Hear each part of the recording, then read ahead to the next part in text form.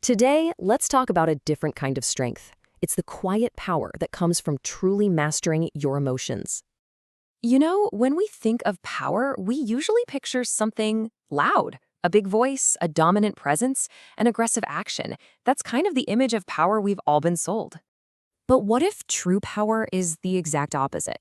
What if it's something internal? A calmness, a steadiness that you can hold on to even when everything around you is falling apart. To really understand this quiet power, we first have to break down the myth of loud power. And you can see the contrast right here.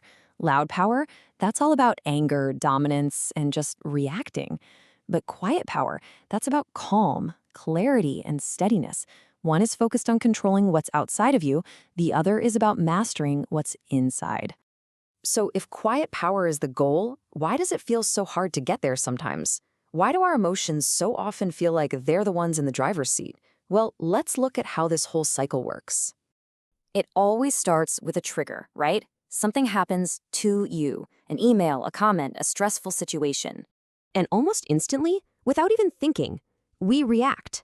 This is the exact moment we lose our power, because this response is happening on autopilot. And where does that autopilot usually lead? Yeah, regret. We say things we don't mean, we do things that aren't really us, all fueled by an emotion we never chose to feel. It's a frustrating loop, and I think we've all been there. But what if I told you there's a way to break that cycle? The secret isn't to get rid of the emotion, but to find the little bit of space between the stimulus and your response. And that space is what we call the pause.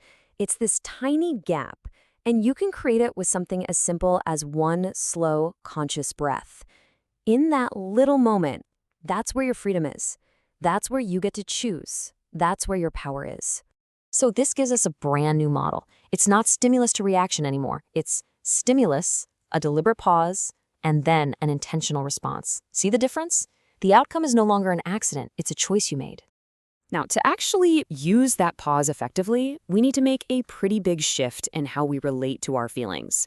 And it all starts with this one critical idea. This is such a crucial point. We tend to merge with our feelings. But what if we saw them as just temporary visitors? Things that are just passing through our awareness, kind of like clouds passing through the sky. And look how a simple change in your inner language can create that distance. Instead of I am angry, try thinking I am experiencing anger. That one little change shifts you from being the emotion to being the one who is observing the emotion. And from that observer seat, the feeling just doesn't have the same grip. So if we aren't our emotions, what are they? Well, think of them as data. They're signals. Anger might be a signal that one of your boundaries has been crossed. Anxiety could be pointing to some uncertainty you need to face. When you stop fighting them and start listening to them, they actually become your allies. Okay, so here's a really practical 4-step process for when a difficult emotion hits. 1, name it. Just saying to yourself, this is anxiety, can dial it down. 2, slow your body first. Take a deep breath. Your physical state can lead your emotional one. 3, gently question the thought behind the feeling. Is it really true? And 4, gently redirect your attention to something else. Over time, as you practice this, something fundamental begins to shift in where you find your sense of worth. So many of us are wired to look outside for approval. If they like me, then I'm okay. But the mastered way is to find that validation inside. If I respect my own choices, then I'm okay. When you get to that place, criticism doesn't crush you, and praise is just a nice bonus, not something you need to survive. You've built your own foundation. And let's be really clear about this. This isn't about becoming a robot or feeling nothing. Not at all. Emotional mastery is about being centered. It's about being aware. It's about being intentional.